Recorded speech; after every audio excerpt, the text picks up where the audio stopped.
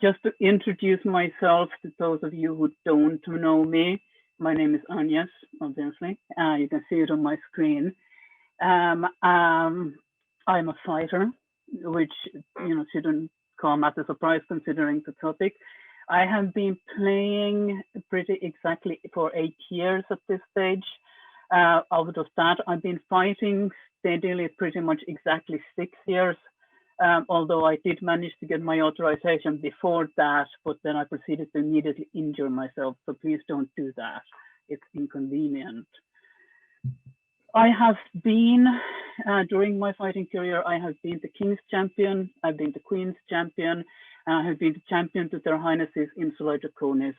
I've been Champion of Loughdemnery here in Ireland twice. I run a weekly practice in the Shire of Donnemara, and we kept that going even during these times online. And I am one of the founders of the Dawne company, which is a fighters guild here in Insular Draconis. I used to be squire to Duke Vitus here in Drachenwald, and I am now squire to Duke Sean Tarragon of Artemisia. Obviously, a disclaimer here, I am not a knight, I am not a peer of any sort, and I don't mean with this presentation to be presumptuous in the sense that I would know things that the peers of the realm would not. I do listen. I listen to my sister fighters. I listen to my brother fighters. I listen to non-fighters who have opinions on the subject. I observe. I talk to people, and specifically feminism and client-centered approach in fitness and sport is a particular interest of mine. Because I'm an armored fighter, this class is written from that perspective. And although many things in this class will probably apply to martial pursuits across the board, obviously I cannot remove the perspective from what I am and what I know. Another bit of a disclaimer, a lot of what I'm saying today will obviously not just apply to women. A lot of it will apply to men too. A lot of it will apply to other gender minorities, if you like, or any minorities at all. But the difference with this is that women and or minorities suffer from the challenges that I'm going to be talking about more and more of them at the same time than most other people. I also want to note that there's a very strong part of me that does not want to give this class. It's not because I don't think that it is important. I do think that it's important. I wouldn't be talking about it otherwise. But I hate it that it is still necessary to be talking about these things in the year 2020. And I hate it that for me, as a fighter, and for my sister fighters, these are things that occupy our brain space so very strongly throughout our fighting careers. That means that there is less left of our brain capacity to actually focus on our own training. But all these things out of the way, let's get going properly. Does this seem familiar? This is a quote that I have taken from a journal, Harvard Business Review, from an article that I'm quoting quite a lot during this presentation. There's the URL there. The fuller reference is further down. And the speaker is saying that their company has the best intentions when it comes to women, but for some reason, when a leadership role opens up, women are not considered. And what they're saying is that they just can't find women with the right skill set and experience. The genesis of this talk occurred when some time ago there was a discussion on Facebook, of course it was, everything happens on Facebook, and if it was at least somewhat controversial, of course it took place in Facebook. And it's... Why? Can we please mute the extra person? Thank you. And it came up into the discussion, and that the Order of Chivalry in Drachenwald has a sister, has a female knight. And this was seen as a universally happy thing, but there were people who asked quite reasonably, why aren't there not more? And the standard answer to this is, and I admit that to some extent I am putting some words here in the mouth of the Order of Chivalry, which perhaps I should be doing. I'm going to do it anyway.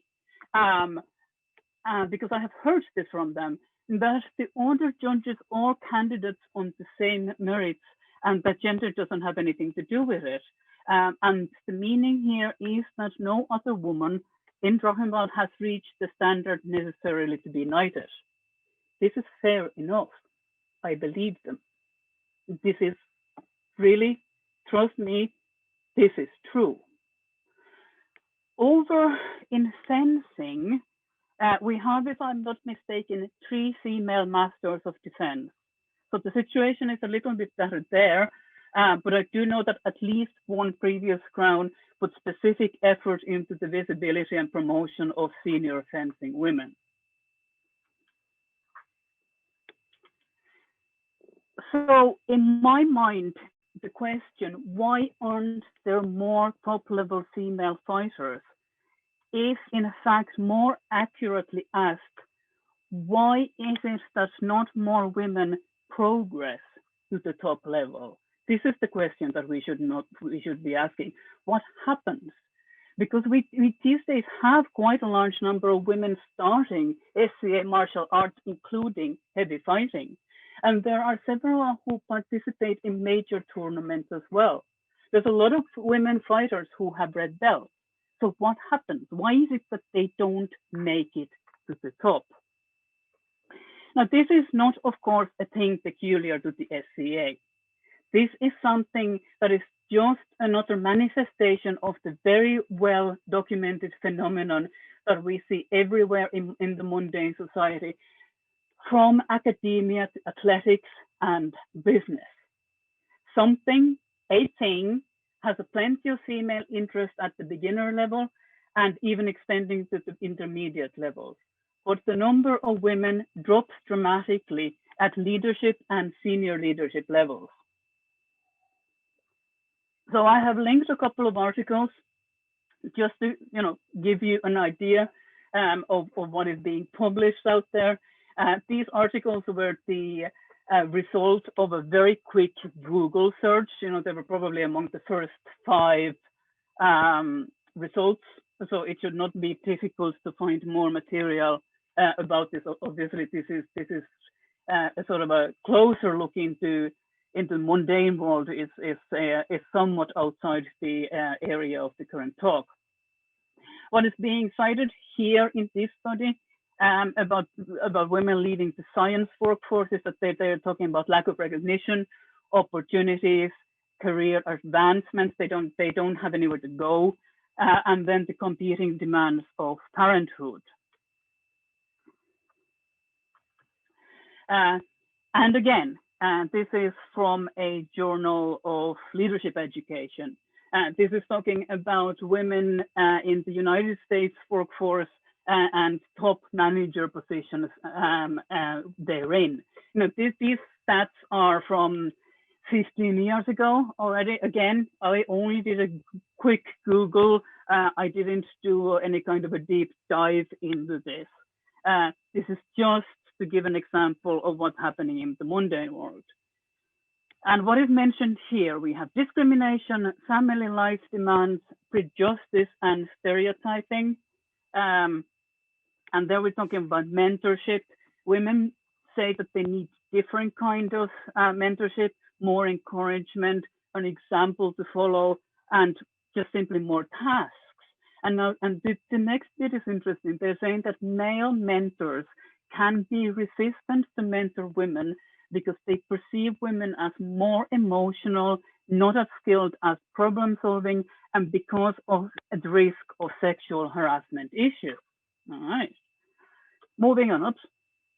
And here we come back into the Harvard Business Review commentary. If you read one article of the ones that I have linked in this talk, read this one. It is quite useful, and it has a very constructive tone, and it provides food for thought for everybody. Look at the first paragraph here. They're talking about what it means to become a leader. They say that it involves a fundamental identity shift. And this is something that I am going to be carrying throughout and the entire talk. In order to get to the level where you are in a mental place and to fight the fight and to get to the senior leadership levels, to the top level of whatever it is that you're doing, you need to allow it for yourself to get there. We'll talk about that a little bit more later. Other paragraphs here important as well. Obviously, the context must support a woman's motivation to lead and also increase the likelihood that others will recognize and encourage her efforts, even when she doesn't look or behave like the current generation of senior executives. So there's a lot of themes already in these 3 slides and that are cropping up and are repeating themselves. So keep those in mind.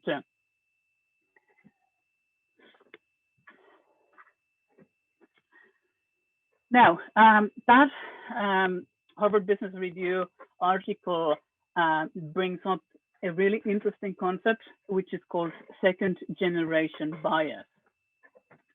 And this is something that has moved on from the sort of traditional sexism and misogynism, if you like. There is no more an intent to exclude. There is no harm intended.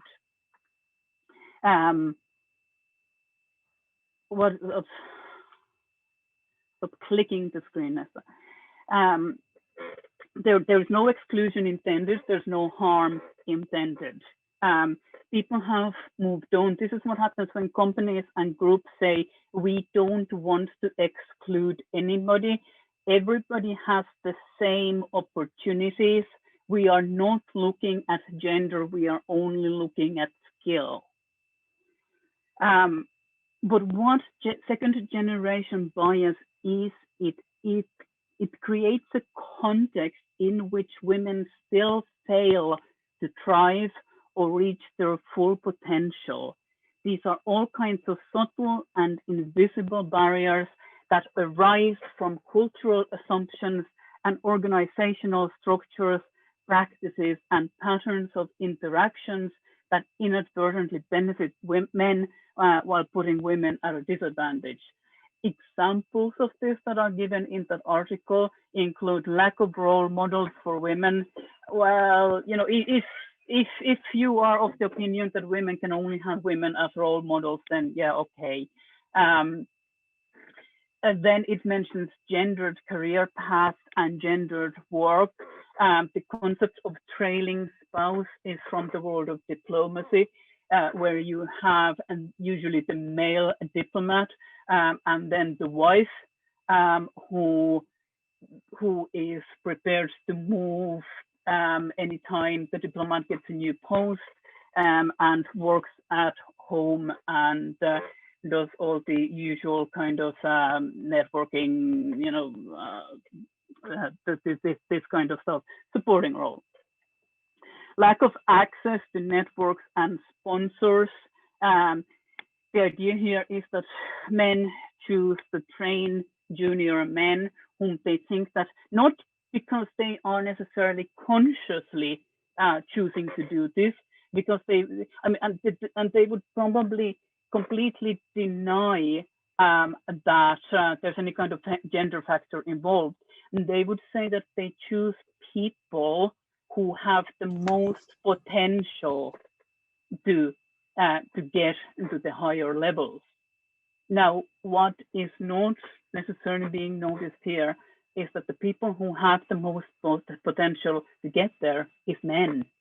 And it is considered that women don't have the same kind of potential. Double binds, what is meant here is that they are qualities across genders that are nominally the same ones but are viewed differently. So, everybody knows this. When you are assertive, you're a man. When you are bitchy, you're a woman. All these kind of stuff. For instance, if somebody is forthright, outspoken, even a bit of a blunt, it is more acceptable in a man, and a woman might be called abrasive. An interesting example of this in the SCA is when I have seen two people do more or less the same thing. The man was called very chivalrous, and the woman was called, isn't she nice? Is it an expectation that a woman cannot be chivalrous and that they need to, be nice to begin with? They're completely different expectations and starting basis for each.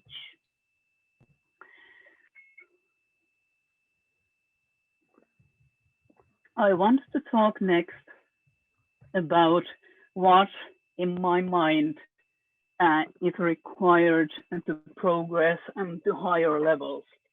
When I say higher levels, I don't necessarily talk about knighthood. I talk about just getting into a higher standard and to be considered, to acquire the level of skills and personal qualities that you are seen and acknowledged as one of the top fighters. And I have broken these things in 3 different categories: prowess, PLQs, peer-like qualities, and what I, for want of a better term, am calling here camaraderie. It goes much further than that. It's more to do with interpersonal relationships of all sorts. I'll explain that very shortly. Within each category, there are element blocks that contribute to that in particular category. It's probably not exhaustive. I didn't spend that long at this, but it is just one way of looking at it for the purposes of this conversation. So for prowess, what do you need to develop prowess? You need time.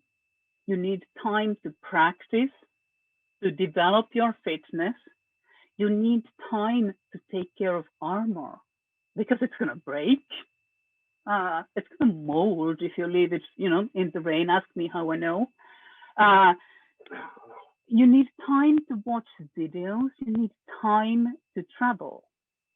Because, if you are intent on becoming better, if you are intent on becoming the best you can be, you have to travel. That's the same as in any sport. You have to seek out the people who are better than you and to learn from them and acquire greater skill by fighting them. You also need practical tools. This means things like well-fitting armor, any other relevant gear, training equipment, books. You need a place to practice in, and you need the means to travel with. That may be monetary resources, or may mean a vehicle, or all of the above. You need mental tools. This means enough self-belief and self-esteem to strive, a healthy amount of ambition, taking ownership of your own training, and a conviction that you deserve to take your own time and to do a competitive sport. You need resilience and growth mindset, which is not easy to get if you don't start out with it, and few people do. You need experience. XP. You need you need to be making the most of the available time to gain this experience. You need to learn what you need to learn. You need to be exposed to different fighting styles, different levels of opponents, but also getting to fight the best people that you can find. And you need support. You need support to acquire all of the above. Your family needs to grant you enough space and to get the necessary time and to spend the necessary money. Your community needs to support you with practical and mental tools, as well as giving you the experience. And the big benefit of having a personal coach, whatever form that'll take, is that if they do their job really well, they can support and advise you with all of these things. If we look at PLQs, then, I mean, don't get me wrong, there are many, many, many PLQs, and this is really not meant to be exhaustive list in any sort. I think that these are the most relevant qualities here. You need to show leadership. So you're providing an example to other people, you're stepping up when you're needed, and you drive things forward. And next is a difficult one, confidence. And because the way I'm looking at confidence here is that it makes you realistic about your, where you are and where you need to go. It means if you have health confidence, it means that you're not putting yourself down, but you're not putting yourself on a pedestal either. You know yourself, know thyself. This is the whole maxim right there. Self-awareness. Now, this is the ownership again. You take responsibility for your successes and your mistakes, and you acknowledge that neither of these things means that you have to stop and can't go any further. Just because you're successful doesn't mean that you can stop doing things now. Just because you make mistakes, just because you fail, that doesn't mean that you have to stop and can't go any further. That's not how it works. But at the same time, you do recognize your limits and you work with them rather than against them.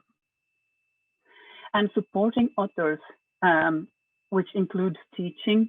And the way I'm describing it in all of the whole support notion here is that you smooth things out for other people. Now, for the camaraderie bit, which is more properly in the personal stuff. So what I have here is renown, respect, and reputation. So renown means that you are known, probably across most of the wider fighter community. At least they know your name. You need to be respected. This is your reputation stat. Although of course I'm talking about reputation separately. So it's made up by your respect is made up by your prowess, but also by the PLQ. So in a way, it kind of encompasses the other two. So it's how you conduct yourself, and the fact that you're being known to be a fair and a sound person. Now, what's important is that this is not the same as being universally liked. People can respect you without liking you. And think about reputation separately. You need to be a reasonable person who is known to do stuff, to be proactive and get involved in things, and someone who people can work with. So obviously these links with the other two, and all of these connects to each other, and that they are all interlinked for the current purposes. What I want to do next is to take each of these categories and consider what challenges we have here, particularly with women in mind.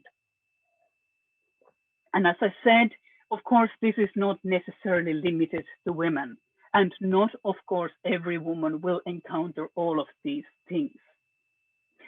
We are generalizing to an extent, which I don't like. but sometimes we have to. Um, and again, women are more likely to encounter more of these challenges at the same time and more often. So, what obstacles are there in the way of developing your prowess? Practice time, chores, and family. It tends to be still that a lot of women feel that they are responsible for the majority of the housework or actually are.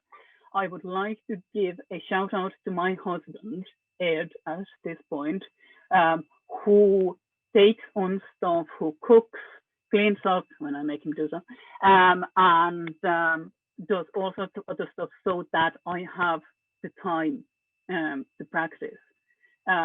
If it wouldn't be possible without that. Many of you who are male fighters probably rely on your ladies a lot with this, and you may or may not be aware of how precious they are in this in this regard. But not everybody has that option, and chances are that if you are a wife and a mother, there are expectations placed on you by yourself or by other people that would not necessarily be the case otherwise. Um, that becomes a problem, of course, when it is combined with work challenges. I mean, obviously men have work challenges as well, but they don't necessarily have the whole family sphere to look after as well when they come home. Thinking about practical tools next, I had zero armoring knowledge when I started. Some of you know my whole I don't know what the rivet is thing, from years ago when I was too embarrassed to say even that. I still hate armoring because I don't know how to do it. That's why I pay a lot of money for other people, to make me stuff. But chances are that a lot of men come to this with more sort of base knowledge, possibly derived from other stuff, from other pursuits, than statistically a lot of women do. Obviously, because of the female shape, it is more difficult to find well-fitting armor unless you actually have somebody to custom make it for you. One of the interesting things about this is that the female waist is higher up than the male waist. So even if loner gear would otherwise fit, things like bending at the waist may be more difficult for women because they are restricted by the fact that the loner gear just doesn't allow them to do that. And what I realized actually quite recently as well, that there's a very strong argument that something like a seat belt for women should sit much higher up than it does for men. Now, maybe this is common knowledge, and I'm just an idiot for not realizing this before. But it's very hard to realize these things when all the examples that you see come from male bodies. Women have, generally speaking, a small grip. Those of you who were around a few years ago when I was still starting out know that I bitched and moaned about the fact that it was absolutely impossible for me to find gauntlets because these things are tiny. And then I went to Australia and paid an awful lot of money for a pair of really nice ones. But it's these kind of things. The fact that we have a smaller grip means that it's more difficult to grasp a sword. Yeah, it's this kind of minor little things that you don't think about, that you wouldn't have had any reason to think about unless you are the person who suffers from this. It's a little bit like being left-handed and trying to use right-handed tools. Moving on to mental tools. This is, probably the biggest hurdle of all of these things. to women, and because of our socialization, the way we are brought up. When I say that, and I want to make this very clear, I am not saying um, that this is men's fault. I'm not saying that this is necessarily something that men have brought the female socialization about. Um, I am I'm an equal opportunities accuser here because, and we can see this across societies, it is in fact women who perpetuate these kind of things. It's women who perpetuate stereotypes. It's women who tell their daughters that picking a sword and running around is not ladylike. I saw this happen with my very eyes at Raglan. Um, and, uh, and it's women, it's mothers who tell their daughters that they are never good enough, that they need to do this and they need to do that, that they are too fat, that they are too slim, that they are too loud, that they are too quiet, that they are whoring around, because they have a different boyfriend every week. Anything of this sort, that kind of feedback tends to come from mothers. Now we can argue over the origins of this, at some other point down with patriarchy and all that kind of stuff. But this is, if you look at any women's magazines, they are mostly written by women for women. And you'd think that they would be supportive and empowering and telling the sisters, how to get on with life. And all they are is a fucking listing of every single possible mistake and error and fault and flaw that the readers might have. My hairdresser gets me. This is not as much of a non sequitur as you might think. And I remember, one of the first times I went there, and he sort of looked at me and went, so would you like to have GQ, that's Gentleman's Quarterly, or Esquire? I went, let's try GQ, please. It's a men's magazine. It's not a porn mag. It's for those of you who don't know, it's sort of a glossy magazine for men. And when I started reading it, I was stunned because it wasn't talking about the flaws of the reader. It wasn't assuming that there were things in the reader that necessarily needed to be fixed. The attitude there was, you are awesome, and these are the ways in which we can make you more awesome. Whereas the attitude of women's magazines is, you're shit. And if you follow these things, you might possibly be a little bit better, but you're still shit. So let's think about mental tools. So self-image. What is it? What is your self-identity? You probably don't start out as a leader. Chances are, if you do, fair play. You probably don't need to be here attending this talk. But women carry these demons with them.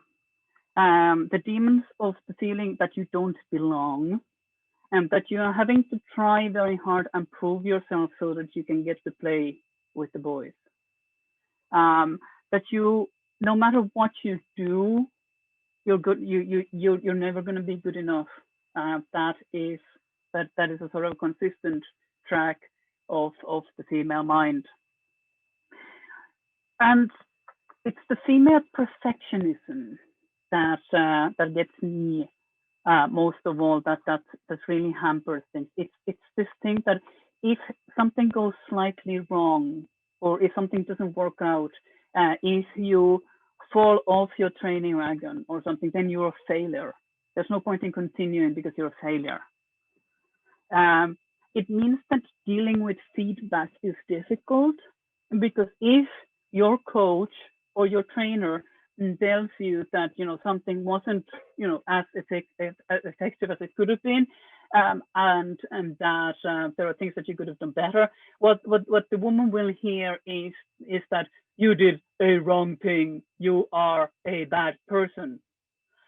That's a bitch to get around and to work your way toward around. Similarly, asking what you need. You know, in this sport of ours, you need to get yourself out there. You need to talk. You need to say, "Hey, I want you to train me. Hey, can you tell me how you did that? Can we talk about armoring? Where did you get that stuff?" You need to be able to do that, and that can be hard because you're brought up to expect that that you shouldn't ask, that it's rude, that you shouldn't expect anything for yourself. Moving on to experience, women may be expecting different teaching methods depending on what they're used to.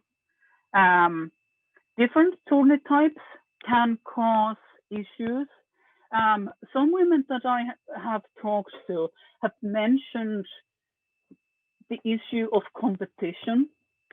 They don't see themselves as competitive. And I think that it comes, and before I go on further with that,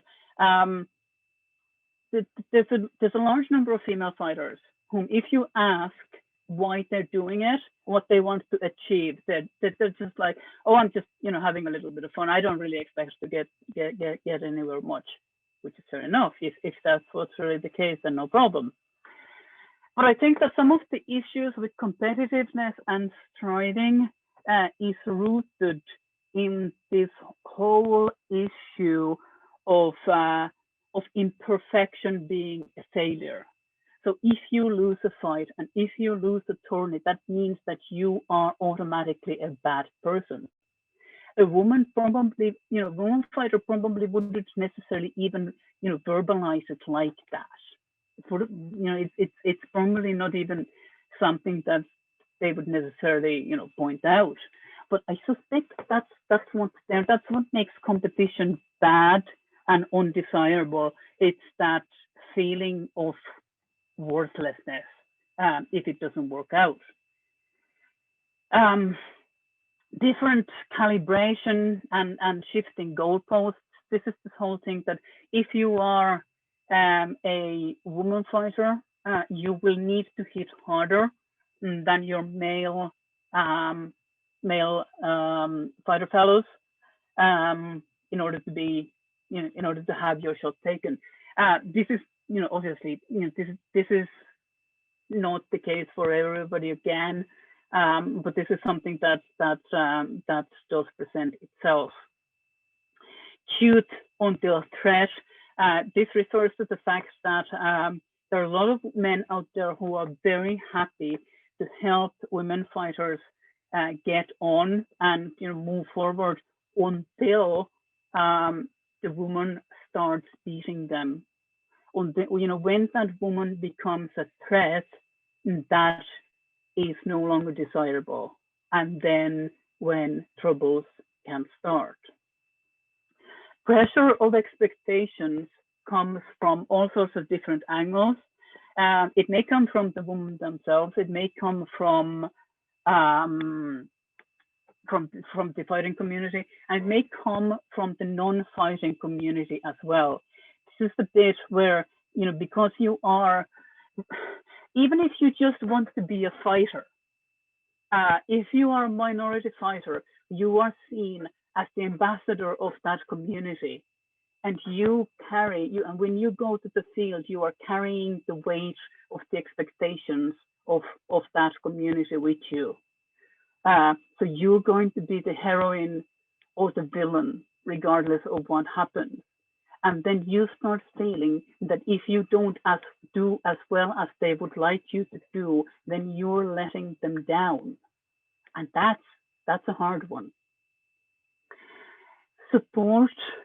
I mentioned that your family needs to support you. If your family are not supporting you, if they don't like you, if your husband doesn't like you fighting for whatever reason, it's going to be a really difficult thing to get around. Other women, that's that's such a difficult thing.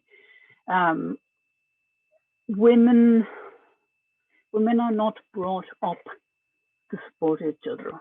Women are brought up to compete with each other, to have this kind of a rivalry going on.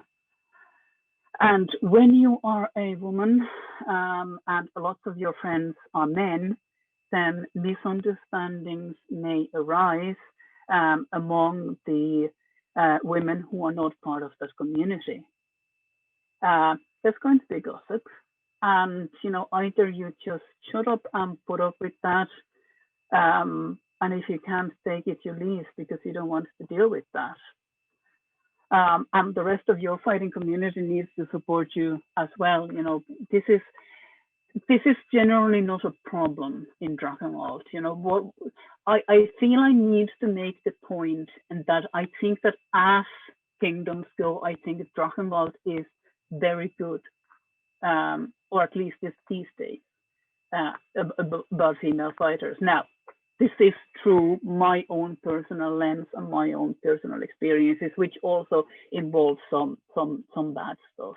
And I realize that not everybody here necessarily has the same good experiences. We have a little bit of extra noise as well. Can we turn that off? Thank you. We've kind of talked about most of these already, because these come down to the mental tools, which are the most difficult ones for women. But the challenges for leadership is that you really need to have the confidence to teach, or to pretend that you have a confidence to teach. That's what I usually go with. You fake it till you make it. You need to believe that you have something to share. Your teaching needs to be received well. Being typecast as gender expert. This means that if you are a female senior fighter, or if you are a female coach, people may assume that the only thing that you ever want to talk about is gender. This is why I don't want to be giving this talk. I would much rather talk about, how to use your core, a particular training exercises that I have invented, particular drills that I have done, how to involve your entire body, many, many other things. And here I am talking about gender. And the differing expectations of the chivalric virtues. I mentioned the example of being chivalrous versus being nice already. So, just as a sort of an exercise, have a look at people that you think are particularly well blessed with chivalric virtues, and see, can you apply those same things to people of different gender? Confidence here again, I already talked about the putting yourself forward. We know that that's more difficult for women across the board. Ambition, it is not as accepted for women to say that they have ambition in something that is seen as a male area than it is for men. A long view, what I mean by that is that you're willing to have the confidence that once you do stuff, once you train and practice for long enough, you will get results. So this is not losing your confidence in the meantime because of that imperfectionism. Indeed, perfectionism, to do with the fact that imperfection is failure. This fallacy that a lot of women have, and then you need to be able to have difficult conversations. Possibly such as the one that we're having right now, but also in terms of having difficult conversation with other people. If you're marshalling, you may need to, confront somebody, who is not behaving themselves on the field, and holding your ground. It means that, if you end up in a difficult conversation and somebody's putting pressure on you, you keep doing what's right. You're not stepping away from the conversation just because you want to be meek and compliant. Self-awareness, I mentioned ownership already, and growth mindset. Growth mindset is all about, in the belief of getting better and, being able to get over setbacks. And that in that setbacks are temporary, and that you can get over them, to get past them, and that things will be better in the future, if you put the work in. Prioritizing, yes, that's how you say it. Prioritizing, difficult.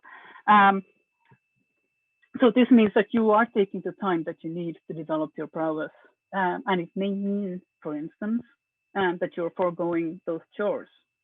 And can you do that? Are there consequences if you do that? Learning to deal with feedback. I already mentioned that. Taking feedback as feedback and not as an indication of your personal value. Recovery time, admitting that you need sometimes time to recover, to take the rest, especially if you've been injured, and that does not mean that you are a failure, because this goes back to the whole necessity to prove yourself. If you're confident that you don't have anything to prove, then you just take the recovery time, and you're like, whatever, it'll take the time that it'll take. Recognizing and dealing with problems is a sort of a catch-all for all of those things. Comparing yourself with other people, oh my God, that is so difficult for everybody, not just women, but again, women do it more because of the inter-woman rivalry and the encouragement for this kind of toxic thing that the society inflicts on you. Supporting others. Now, again, this is the whole thing of women teaching women. This can be a good thing. It may mean that the trainer is more attuned to the issue that the trainees face. But again, there is a risk of gender stereotyping there, that because you're a woman, then you only ever end up teaching women. And there are always expectations that it's the women who provide nurturing and service, much more so than the men. And this goes back to the differing expectations of the chivalric virtues again. So again, while this is an important part of supporting other people, is it going to be your entire purpose in life? Because then, and this is something that I've seen in SCA and elsewhere as well, is that you become the person who's supporting the experts. In the conference world, in the academic world, we have the talk of manels, which is, academic panels where you only have male people being the experts. And these are quite frowned upon these days. Sometimes this is mitigated by having a separate chair moderator of the session who's female, and this is a little bit better, but it's not great because it means that the woman is still taking the supporting role in relation to the male experts. And then let's move on to the challenges to do with camaraderie or interpersonal stuff. The quote here is from that Harvard Business Review article again, and it is a woman talking about their workplace, and she says, "It's nothing overt. I just feel less of a connection, either positive or negative, with the guys I work with. So sometimes I seem to have difficulty getting traction for my ideas." This one, again, is really difficult in terms of the second generation bias, because nobody actually wants to, I sincerely believe that the majority of the male fighters, for instance, or the majority fighters, whatever we're calling them, wants to be friends and wants to be in good terms with female fighters. But it runs into an awful lot of small details that, when you put them together, they become a much bigger mountain. There are things, and again, not exhaustive, these are just the kind of things that came to my mind straight away. Development work refers to ideas, discussions, referrals. Have you spoken to so and so? Discussions and organizing of events and plotting out strategy, or comparing things in the Marshall's Handbook, something, these kind of things. Changing rooms and armory. Now, one of the most social situations for fighters is when you're getting into or out of armor, especially if it's around a tourney, because there's a little bit of jitters, and most people are at least a little bit nervous or anticipatory. But that's when you get an awful lot of useful information and comparison of things, and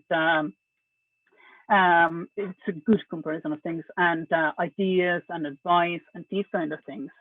Now, if that space where that can happen is not unisex, then that risks women and being shut out of that kind of a social conversation, networking conversation. Now, are the women happy to be changing in the same room as the guys? Are the guys going to be happy that the women are changing there as well? Now, that's an example, of an issue that has several different kind of facets to it.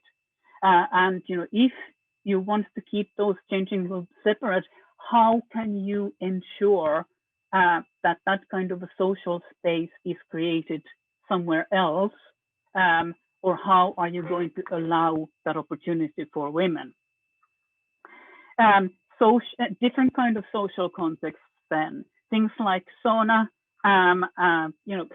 if you're in Drachenwald, okay, so that's an easily understood situation. If there are people here who are not from Drachenwald, in Nordmark and Arnemetsa in particular, it is very common that the fighters have a sauna after fighting. It's the best thing in the world. But particularly in Arnemetsa, it means that everybody's naked inside the sauna.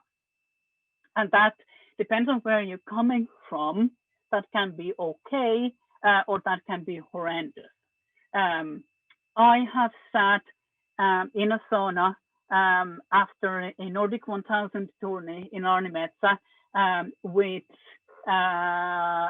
probably about 12 large, smelly, hairy male fighters from Nordmark and Arnemetsa.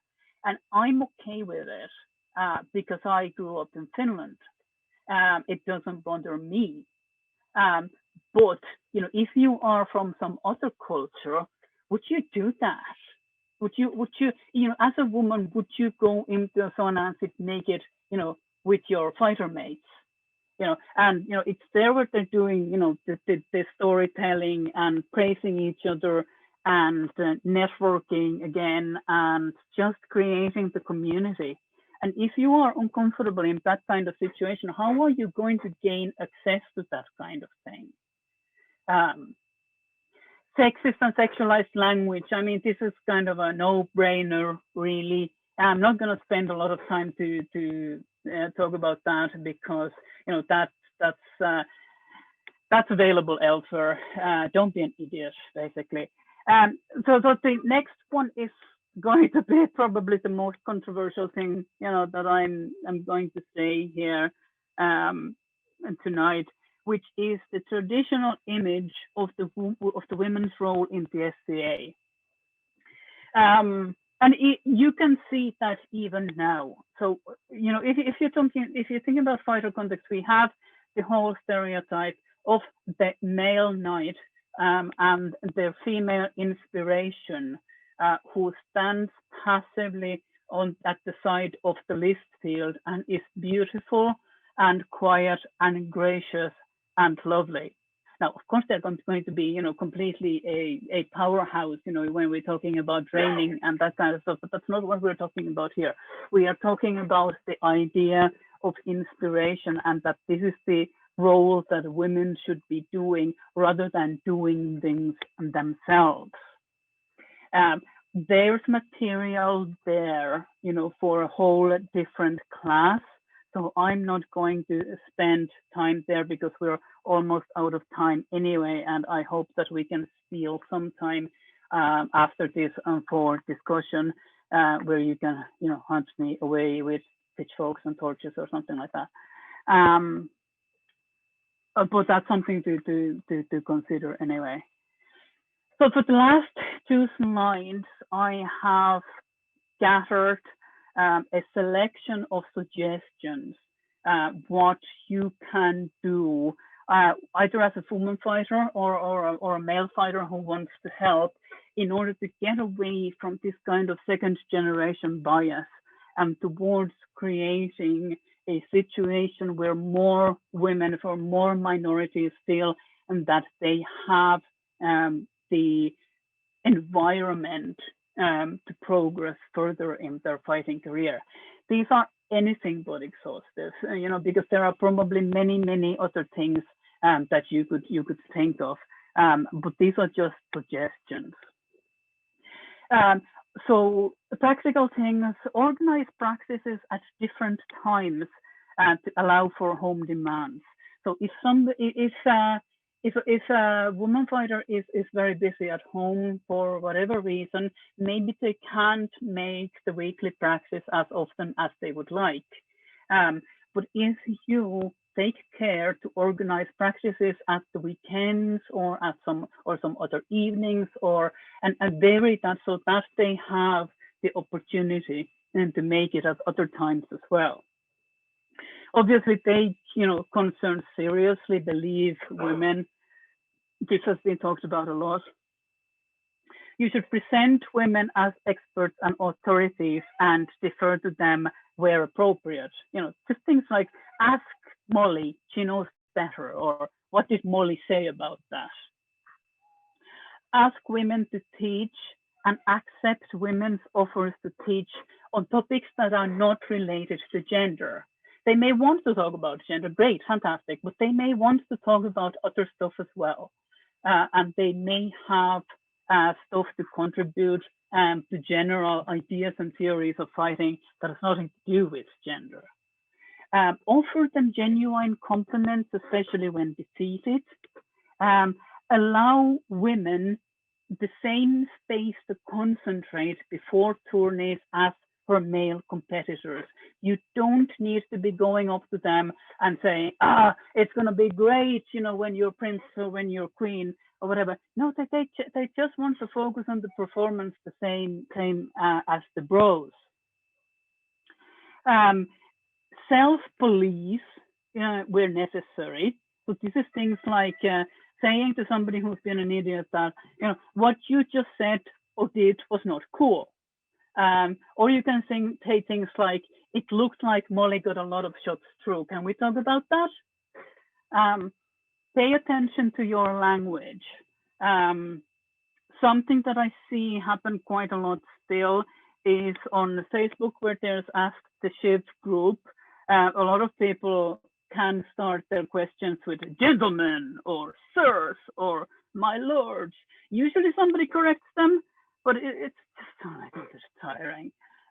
So, you can say things like my brothers and sisters, or you can, if you're referring to, people around you, equal, whatever, of the fighters, or you can say things like my kin, my fighting family, things like this. And the next one is, I think, very important, is that you need to treat consorts with respect, regardless of gender.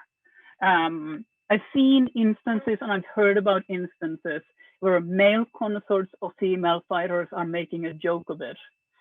So they are putting on sort of panto-like plastic, artificial, extra women, stupid, panto female airs, and that demeans their fighter. That demeans the whole idea of a fighter and a consort entering a list together. and supporting each other and supporting the kingdom or the principality doing so. Again, I'm going to give my husband a shout out, and I'm not just because he's listening a few meters away. Whenever he has been my concert, he has absolutely played it straight. He's my support. He's my rock. He's the one that I go to when shit goes wrong and I need to have a little bit of a cry. But otherwise, he's always there. He's being his male furry self. And yeah, you know what? It's great. It's fantastic. So and then I say, be professionally social with your female colleagues. What I mean by that is that, when you're socializing with female fighters, if you're male, drink your beer, whatever, but ask for their opinions on what happened on the field and show interest when they're given. Ask them to analyze what happened and ask them to discuss the fights that you had with them, as you would with your male buddies. And use female fighters as examples of chivalric virtues. Don't just pick the blokes. Show that women can do these things and be these things as well. This is not, of course, just something that other people need to do, because this is an area where women need to put a lot of work in as well. Because I said earlier on, it's the women who perpetuate the toxic stuff. And what really, again, these are suggestions, not exhaustive, etc., etc. So just some ideas here. Trust other women.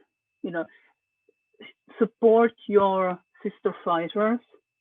Support female fighters. Believe that they are not out there to steal your boyfriends or your girlfriends or whatever. That they are there because they want to learn, because they want to have sincere friends, and because they want to have, yes, certainly important relationships.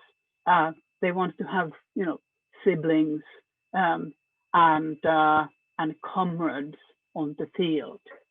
And if you're intending to get to the higher levels as a female fighter, you need to be prepared to do a lot of mental work. Because I mentioned that leadership is an identity. And if you're not there, your identity may change during your journey. And that's scary. It's not only difficult, but it is also terrifying, because who you are is going to change.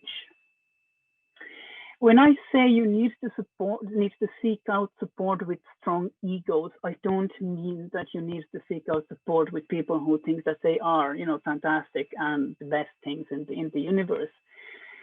But these people need to be confident enough that they are not threatened by seeing an ambitious and prospectively successful woman, especially when they start winning against them. You should consider carefully when you are offered supporting roles as to whether to take them or not, and if you take them, what are you going to do with them? Do not accept that your only role in the fighting community or around it is to provide support and admin and service to other people. If you have difficulty with concepts such as competition or something else, try reframing them in your mind. I'm happy to talk to you about those separately. What helped me a lot was when I understood that everything is practice, that the training never stops, that the practice never stops. And just as we say that I like to, take a little bit of an older sense to the meaning of the word practice. I am practicing my art. If you're just sculpting something, you are also practicing your art when you are training and when you're fighting. And when you think about it in that sense, it doesn't matter when what you win and lose. Of course, we always like to win. I'm not saying that, but losing doesn't suck as much. When you take it, um, when you take that kind of a attitude towards it. If you can't find role models in real life, uh, seek out them in fiction. Seek them out in history or mythology. There's plenty of them out there. And again, I'm happy to help if you need some ideas. You do need to prioritize and you need to take the time for yourself.